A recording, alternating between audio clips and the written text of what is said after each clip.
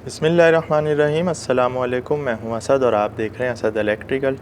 जैसा कि हमने कहा था कि हम एक्साइटर को फ़िज़िकली आपको दिखा देंगे कि जनरेटर पर ये किस तरह लगा हुआ होता है। ये हमारे पास एक जनरेटर है कैटरपिलर का, ये इंजन के साथ कपल हुआ हुआ है यहाँ से। ये हमारा अल्टरनेटर है। इससे पहले हमने अल्टरनेटर का जो मेन रोटर होता है अंदर वाली साइड पर वो दिखाया था। ये इसके अराउंड में स्टेटर होता है। बस इसके साथ ही ये देख सकते हैं आप, ये बॉडी पर ये एक्साइटर लगा हुआ है, तो इसको हम एक्साइटर स्टेटर कह रहे हैं। इसके अंदर जो आपको नज़र आ रहा है ये एक्साइटर रोटर है, जो हमारे रोटर की शाफ्ट पर लगा हुआ है। तो ये जब इंजन घूमेगा, जनरेटर घूमेगा, तो ये भी साथ घूमेगा।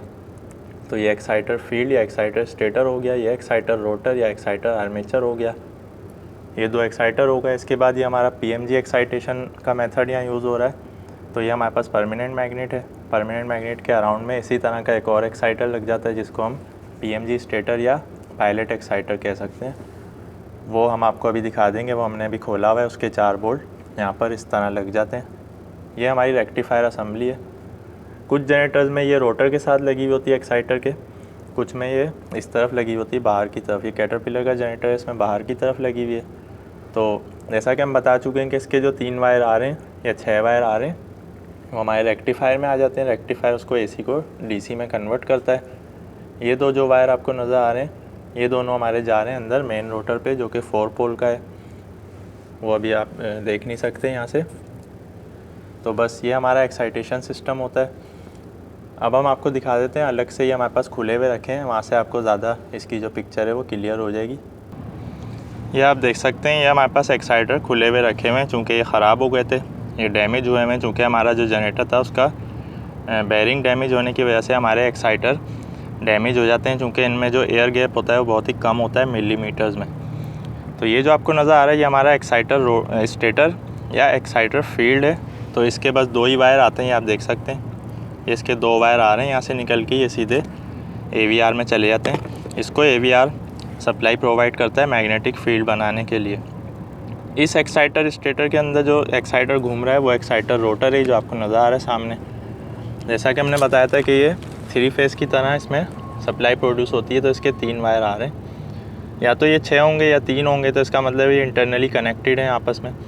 तो बस ये 3 वायर हम रेक्टिफायर को दे देते हैं। इसमें AC सप्लाई जनरेट होती है, रेक्टिफायर उसको AC से DC में कन्वर्ट करके हमारे मेन रोटर तक पहुँचाता है। ये हमारा PMG है, जो हमने बताया था PMG रोटर, जो रोटर की शाफ्ट पर लगा हुआ है। तो ये आप देख सकते हैं, ये मैग्नेट है, इस पर ये स्क्रू ड्राइवर चिपक रहा है। तो ये परमानेंट मैग्नेट होता है बेसिकली।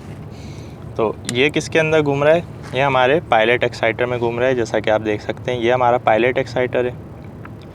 तो जब परमानेंट मैग्नेट इसके अंदर घूमता है, इसकी वाइंडिंग को कट करता है, तो इसमें भी AC सप्लाई प्रोड्यूस होती है। इसके 3 वायर आप देख सकते हैं, ये 3 वायर इसके आ रहे हैं। ये भी स्टार या डेल्टा कनेक्टेड हो सकते हैं अंदर। बस हमें जो है आउटपुट पर AC सप्लाई यहाँ से भी मिल रही है। तो ये AC सप्लाई हमारे AVR में चली जाती है उसकी सेंसिंग के लिए। ये हमारा AVR इसको आउटपुट दे रहा होता है। तो हमारे एक्साइटर फील्ड को AVR से DC सप्लाई मिलती है, और इसमें जो AC सप्लाई प्रोड्यूस हो रही है वो DC में कन्वर्ट होकर हमारे मेन रोटर को जा रही है, जो मेन स्टेटर के अंदर फ्लक्स बना रहा है। और फिर मेन स्टेटर से हम अपने जनरेटर की आउटपुट पर ले जाते हैं, जो हमारे ब्रेकर में जाती है। फिर वहाँ से हम लोड कनेक्ट करते हैं। तो इस तरह हमारा एक्साइटेशन सिस्टम काम करता है। इसके कनेक्शंस की जो डायग्राम है वो हम इंशाल्लाह आगे चल के AVR वाली वीडियोस में सारी डिटेल से बताएंगे कि इनकी जो वायरिंग डायग्राम है वो किस तरह होती है जनरेटर्स में, AVR के साथ इनके किस तरह कनेक्शंस होते हैं। अब हम AVR की तरफ बढ़ रहे हैं इंशाल्लाह। आगे अगली वीडियोस में हम AVR को कवर करेंगे।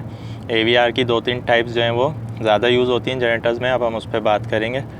तो उम्मीद है कि इससे आपकी पिक्चर क्लियर हो गई होगी कि एक्साइटेशन सिस्टम जो है जनरेटर में वो किस तरह काम कर रहा होता है। कुछ जनरेटर्स में हमारी जो रेक्टिफायर असेंबली है वो एक्साइटर रोटर के साथ होती है, कुछ में ये बाहर की तरफ होती है, जैसा कि अभी हमने आपको दिखाया कैटरपिलर का जनरेटर। अब हम आपको एक कमिंस का जनरेटर दिखा देते हैं, जिसमें रेक्टिफायर असेंबली जो है वो एक्साइटर रोटर के साथ ही लगी हुई है। ये कमिंस का हमारे सामने जनरेटर है।